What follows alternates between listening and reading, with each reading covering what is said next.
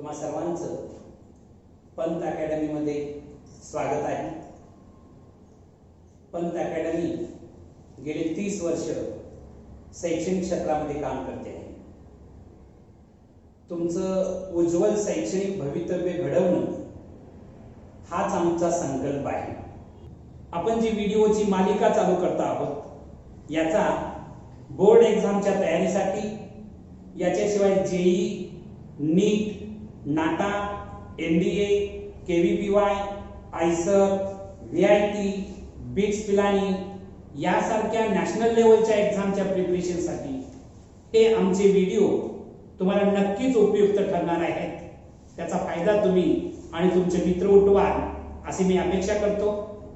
आज आपण खास करून 12वी सायन्स मधला जो पहिला टॉपिक आहे मॅथेमॅटिकल लॉजिक याचा अभ्यास करणार आहोत। तर या टॉपिक मध्ये आपण काय शिकणार आहोत? मॅथेमॅटिकल लॉजिक मध्ये statement and its truth value हा पहिला कन्सेप्ट शिकणार आहोत। What is mean by statement आणि how to find out the truth value of the statement हे आपण बघणार आहोत। लॉजिकल कनेक्टिव्हिटी, लॉजिकल कनेक्टिव्हिटी म्हणजे नेमकं काय असतं, किती टाईपच्या लॉजिकल कनेक्टिव्हिटी आहेत याचाही अभ्यास आपण या टॉपिक मध्ये करणार आहोत। कंपाऊंड स्टेटमेंट म्हणजे काय हेही बघणार आहोत। हे कंपाऊंड स्टेटमेंट लॉजिकल कनेक्टिव्हिटीनं कसं कनेक्ट केलं जातं हेही बघणार आहोत। Truth value, truth value of the statement हे सुद्धा बघणार आहोत। त्याच्याशिवाय truth table, relation of statement and compound statement याही गोष्टी आपण शिकणार आहोत। याच्याशिवाय स्टेटमेंट पॅटर्न, लॉजिकल इक्विव्हॅलन्स या गोष्टी शिकणार आहोत। टॅटॉलॉजी, कॉन्ट्राडिक्शन अँड कॉन्टिंजेन्सी याचाही अभ्यास आपण या टॉपिक मध्ये करणार आहोत। क्वांटिफायर्स अँड क्वांटिफाईड स्टेटमेंट, ड्युअलिटी या गोष्टींचा सुद्धा या टॉपिक मध्ये आपण अभ्यास करणार आहोत। याच्याशिवाय application of logic, switching circuits and switching table एवढ्या गोष्टी आपण या टॉपिक मध्ये शिकणार आहोत।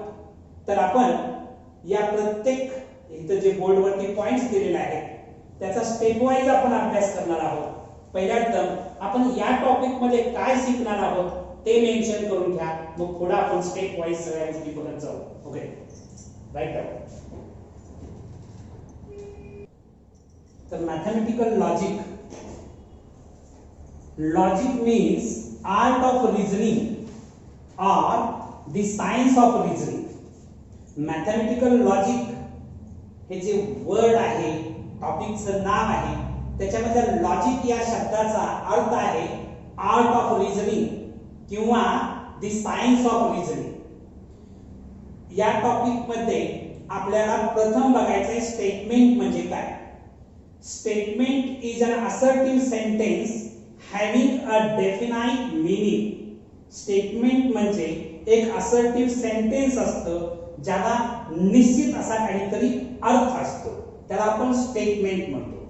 आणखी एक डेफिनेशन स्टेटमेंटची मी बोर्डवरती लिहिलेली आहे। Statement is a declarative or assertive sentence which is either true or false but not both simultaneously.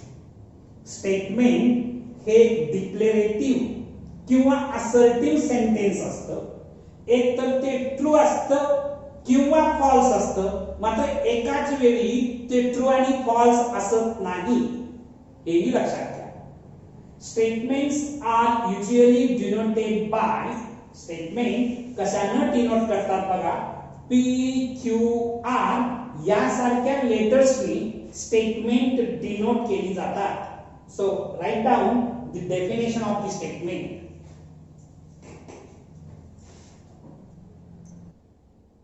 आता आपण स्टेटमेंट म्हणजे काय बघितल्यानंतर truth value of a statement बघणार आहोत। मी तुम्हाला सांगितलं की every statement must be either true or false। प्रत्येक स्टेटमेंट एक तर ते ट्रू असतं किंवा फॉल्स असतं. If the statement is true, we say that its truth value is T. जर स्टेटमेंट ट्रू असेल तर आपण त्याची ट्रूथ व्हॅल्यू टी म्हणणार आहे. If the statement is false, then its truth value is F. जर स्टेटमेंट फॉल्स असेल तर त्याची ट्रूथ व्हॅल्यू काय असणार आहे? एफ असणार आहे. आपण टी आणि एफ च्या बदली टी साठी आपण 1 वापरू शकतो आणि एफ साठी आपण 0 वापरू शकतो. One can use 1 and 0 for t and f respectively. Instead of t, we can use 1, and instead of f, we can use 0. बघा, मी इथं काही स्टेटमेंट एक्झाम्पल म्हणून लिहिलेले आहेत. The following sentences are statement. बघा, Earth revolves around the sun. पृथ्वी सूर्याभोवती फिरते. हे ट्रू स्टेटमेंट आहे की फॉल्स आहे? तर इट इज ट्रू. म्हणजे या स्टेटमेंटची ट्रूथ व्हॅल्यू टी येणार आहे. बघा, 6 इज अ प्राइम नंबर. आता मला तुम्ही सांगा, 6 हा प्राइम नंबर आहे का?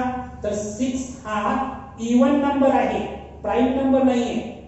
आणि त्यामुळं 6 इज अ प्राइम नंबर हे जे सेंटेन्स आहे किंवा हे जे स्टेटमेंट आहे ते फॉल्स स्टेटमेंट आहे. म्हणून याची ट्रूथ व्हॅल्यू काय येणार आहे? एफ येणार आहे. त्याच्यानंतर Delhi is the capital of India. Delhi ही भारताची राजधानी आहे. हे स्टेटमेंट ट्रू स्टेटमेंट आहे, म्हणून याची ट्रूथ व्हॅल्यू काय येणार आहे? टी येणार आहे. So write up. स्टेटमेंट आणि त्याची ट्रूथ व्हॅल्यू बघितल्यानंतर आपण बघणार आहोत नॉट स्टेटमेंट. बघा, नॉट स्टेटमेंट कशाला म्हणायचं? Sentence which are interrogative, exclamatory, imperative. Imperative मध्ये कमांड, ऑर्डर, रिक्वेस्ट असे 3 टाइप्स येतात. Or suggestive are not statement. जी सेंटेन्स इंट्रोगेटिव्ह असतात म्हणजे प्रश्नार्थक असतात, एक्सक्लेमेटरी उद्गारवाचक असतात, इम्पेरेटिव्ह मीन्स आज्ञार्थी, विनंतीवाचक, कमांड दाखवणारी जी सेंटेन्स असतात. और सजेस्टिव्ह समथिंग काहीतरी सुचवणारी असतात. अशी सेंटेन्स ही स्टेटमेंट नसतात. त्याला आपण नॉट स्टेटमेंट असं म्हणतो आहे. मी इथं काही एक्झाम्पल लिहिलेले आहेत. बघा, shut the door. Shut the door हे इम्पेरेटिव्ह सेंटेन्स आहे, कदाचित कमांड आहे किंवा ऑर्डर आहे. Please come here. Please come here हे सुद्धा इम्पेरेटिव्ह आहे, मात्र कुठल्या टाइपचं इम्पेरेटिव्ह आहे? रिक्वेस्ट टाइपचं इम्पेरेटिव्ह सेंटेन्स आहे. व्हॉट इज युअर नेम हे इंट्रोगेटिव्ह सेंटेन्स आहे. किंवा what a terrible accident it is हे एक्सक्लेमेटरी सेंटेन्स आहे. Let us go for a walk हे सजेस्टिव्ह आहे. थोडक्यात काय, जी सेंटेन्स इम्पेरेटिव्ह असतात, इंट्रोगेटिव्ह असतात, एक्सक्लेमेटरी असतात किंवा सजेस्टिव्ह असतात, ती सेंटेन्स स्टेटमेंट नसतात, नॉट स्टेटमेंट कॅटेगरीज मध्ये येतात. आणखीन एक गोष्ट लक्षात ठेवा, ज्या सेंटेन्सची ट्रूथ व्हॅल्यू आपण फाइंड आउट करू शकत नाही. सेट द डोर हे सेंटेन्स ट्रू आहे की फॉल्स आहे? We cannot find out the truth value of this sentence. म्हणून आपण याला नॉट स्टेटमेंट या कॅटेगरी मध्ये टाकतोय. प्लीज कम हियर असं मी तुम्हाला विचारलं, सांगितलं प्लीज कम हियर. आता हे जे सेंटेन्स आहे हे सेंटेन्स ट्रू आहे की फॉल्स आहे? तर याचं उत्तर आपण देऊ शकत नाही. म्हणजे याची ट्रूथ व्हॅल्यू आपण फाइंड आउट करत नाही. ही जी मी इथं लिहिलेली बोर्डवरची जी सेंटेन्स आहे, या सेंटेन्सेसची आपण ट्रूथ व्हॅल्यू फाइंड आउट करू शकत नाही.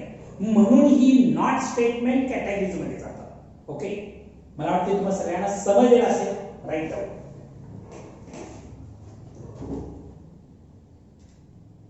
तर स्टेटमेंट, नॉट स्टेटमेंट बघितल्यानंतर आपण बघणार आहे ओपन सेंटेन्स. ओपन सेंटेन्स कशाला आपण म्हणतो? बघा, a sentence whose truth value varies from person to person. ज्या सेंटेन्सची truth value person to person वेगळी वेगळी येते त्या सेंटेन्सना आपण ओपन सेंटेन्स म्हणू शकतो. किंवा truth value depends upon the situation. परिस्थिती काय आहे याच्यावरती डिपेंड्स असेल ट्रूथ व्हॅल्यू, किंवा कंडिशन काय आहे याच्यावरती डिपेंड्स असेल truth value, which is not mentioned in a sentence. Such a sentence is called open sentence. बघा की ओपन सेंटेन्स म्हणजे ज्या सेंटेन्सची truth value person to person वेगळी वेगळी येते, व्हेरीड होते, त्या सेंटेन्सना आपण ओपन सेंटेन्स म्हणू शकतो. किंवा ट्रूथ व्हॅल्यू सेंटेन्सची जी आहे ती depends upon situation, condition, situation किंवा कंडिशन वरती डिपेंड्स असेल, जी कंडिशन किंवा जी सिच्युएशन त्या सेंटेन्स मध्ये मेन्शन केलेली नसेल अशा सेंटेन्सना आपण ओपन सेंटेन्स असं म्हणणार. इथं मी काही एक्झाम्पल्स दिलेले आहेत ओपन सेंटेन्सची. ओपन सेंटेन्स हे स्टेटमेंट नसतं हे तुम्ही लक्षात ठेवा की open sentence is not a statement.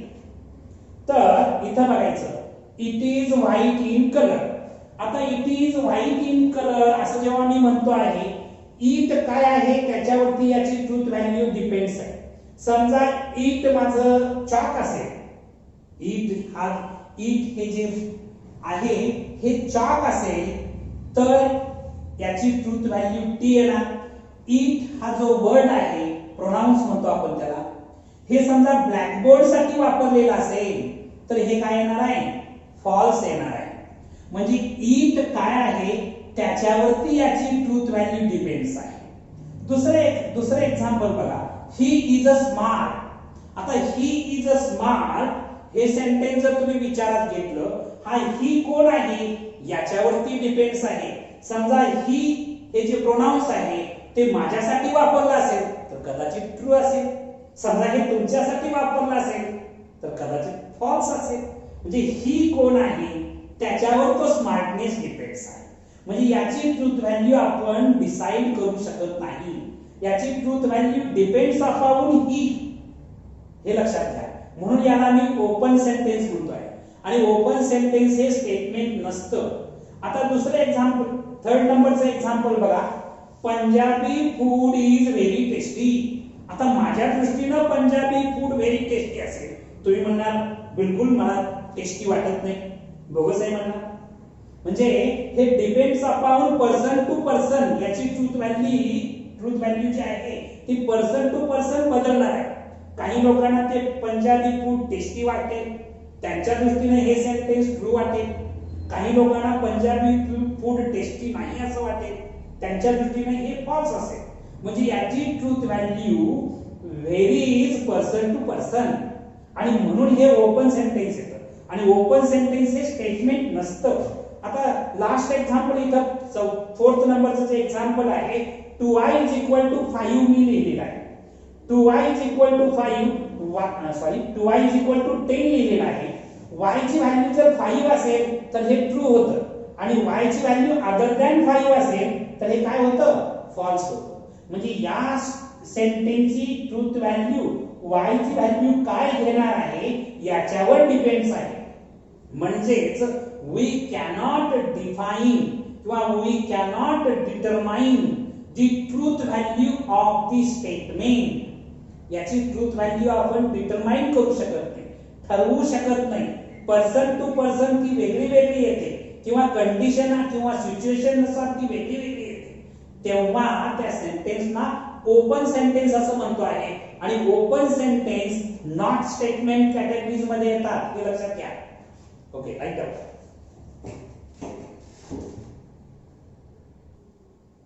तर आपण आता बघणार आहे ॲटॉमिक स्टेटमेंट. ॲटॉमिक स्टेटमेंट हे स्टेटमेंट असतं, हे लक्षात घ्या. तर ॲटॉमिक स्टेटमेंट नेमकं काय आहे? A statement which cannot be broken is called atomic statement. जे स्टेटमेंट किंवा जे सेंटेन्स आपण ब्रेक करू शकत नाही, त्याला आपण ॲटॉमिक स्टेटमेंट असं म्हणतो. उदाहरण दाखल बघा, इथं मी एक्झाम्पल लिहिलेलं आहे, Ram and Shyam are brother. आता इथं आपण असं करू शकतो का की Ram is brother and Shyam is brother, असं आपण करू शकत नाही. म्हणजे हे जे सेंटेन्स आहे हे आपण ब्रेक करू शकत नाही. किंवा दुसरं एक्झाम्पल मी इथं लिहिलेलं आहे, Sita and Gita are sister. Sita आणि गीता सिस्टर आहेत. मी असं लिहू शकतो का Sita is a sister and Gita is a sister, असं आपल्याला लिहिता येणार नाही. म्हणजे ही सेंटेन्स जी आहे ती ब्रेक होत नाही, आणि जी सेंटेन्स ब्रेक होत नाही त्यांना आपण ॲटॉमिक स्टेटमेंट असं म्हणतो. सगळ्यात महत्त्वाची गोष्ट लक्षात ठेवा की atomic statement is a simple statement. Atomic statement हे एक सिंपल स्टेटमेंट असतं. आता तुम्हाला प्रश्न पडेल की सिंपल स्टेटमेंट आपण कशाला म्हणतो, तर त्याचं सुद्धा एक्सप्लेनेशन मी इथे लिहिलेलं आहे. Simple statement, simple statement, a statement which cannot be split further into two or more statements is called simple statement. किंवा दुसऱ्या शब्दामध्ये याची डेफिनेशन असं करता येईल, a statement which is not a combination of two or more statements is called simple statement. दोन किंवा दोन पेक्षा अधिक सेंटेन्सचं कॉम्बिनेशन नसेल अशा स्टेटमेंट आपण सिंपल स्टेटमेंट असं म्हणणार. So write down this information.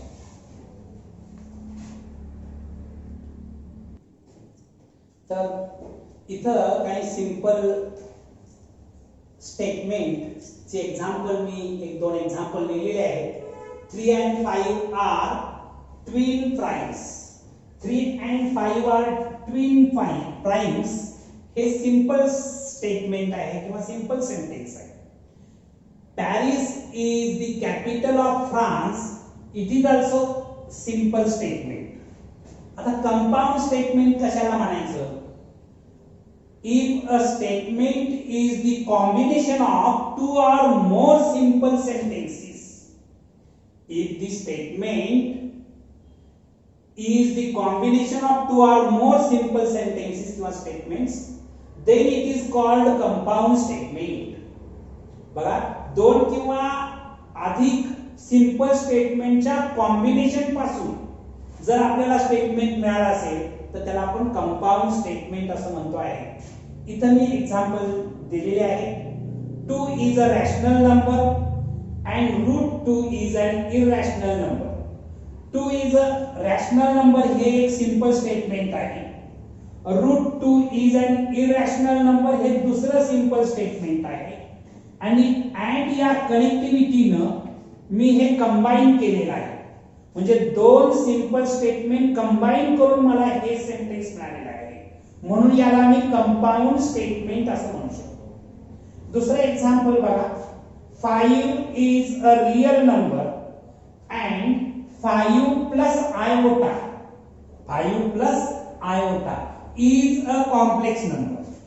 5 is a real number हे एक सिंपल स्टेटमेंट आहे. 5 plus iota is a complex number हे दुसरं सिंपल स्टेटमेंट आहे. ही दोन सिंपल स्टेटमेंट आर या कनेक्टिव्हिटीनं आपण कंबाईन केलेले आहेत, म्हणून याला मी कंपाऊंड स्टेटमेंट असं म्हणू शकतो. किंवा थर्ड एक्झाम्पल बघा. If a quadrilateral is a rectangle then its diagonal are congruent.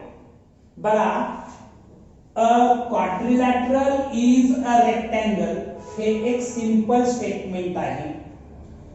its diagonals are congruent हे दुसरं सिंपल स्टेटमेंट आहे. if आणखीन then या कनेक्टिव्हिटीनं ही दोन सिंपल स्टेटमेंट कंबाईन केलेली आहेत, म्हणून मी याला या स्टेटमेंटला कंपाऊंड स्टेटमेंट म्हणू शकतो.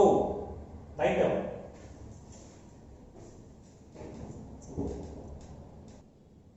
तर आपल्याला लॉजिकल कनेक्टिव्हज बघायचे.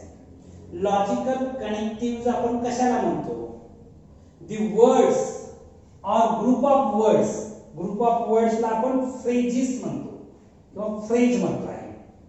तर the words or group of words which are used to connect two statements are called logical connectives.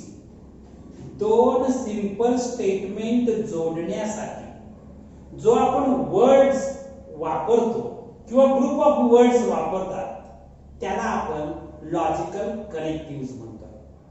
या टॉपिक मध्ये कुठल्या लॉजिकल कनेक्टिव्हज आपण शिकणार आहोत त्या मी इथे मेन्शन केलेल्या आहेत. या टॉपिक मध्ये and, or, if, then, if and only if, याला शॉर्ट मध्ये IFF इफ असंही म्हणतात. अँड नॉट म्हणजे कुठल्या कनेक्टिव्हज आपण या टॉपिक मध्ये शिकणार आहोत.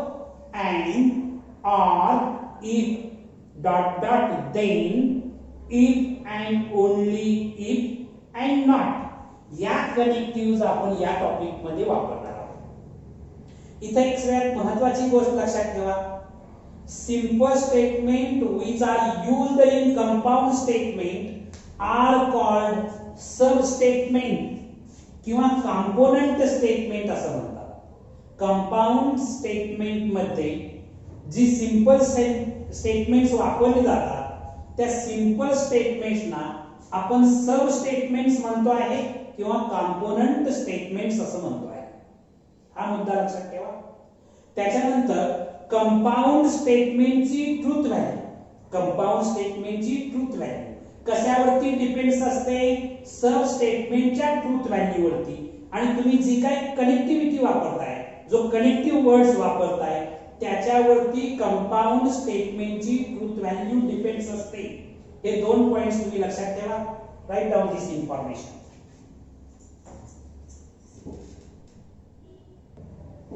आज आपण मॅथमॅटिकल लॉजिक या टॉपिक मध्ये बऱ्याचशाच गोष्टी शिकलेलो आहोत. उद्या लॉजिकल कनेक्टिव्हिटी, वेगवेगळ्या कनेक्टिव्हिटीचा अभ्यास आपण पुढे करणार आहोत. आज आपण इथंच थांबू. उद्याच्या लेक्चर मध्ये पुढचा पार्ट बघूया. थँक्यू.